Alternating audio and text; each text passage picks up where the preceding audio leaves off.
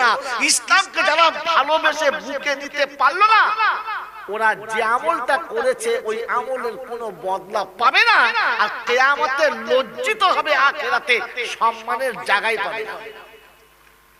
কোরআন ঠিক বলেছে? জোরে বলেন ঠিক বলেছে? জোরে বলেন ঠিক বলেছে? যদি তাই বলে থাকে, ইসলাম আমার কাছে পছন্দ, কথা বলেন, ইসলাম আমার কাছে পছন্দ, জোরে বলেন পছন্দ।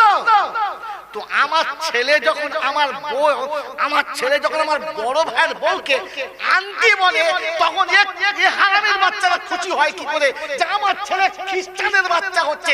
এখনো বড় মা বলতে পারলো না, চাচি আম্মা বলতে পারলো না, ও আন্টি বললে হারাম করে খুশি, কুত্তার মতো লেজ দাঁড়ায়। আমার ছেলে হাই এডুকেশন, পাক্কা জানোয়ার হয়েছে।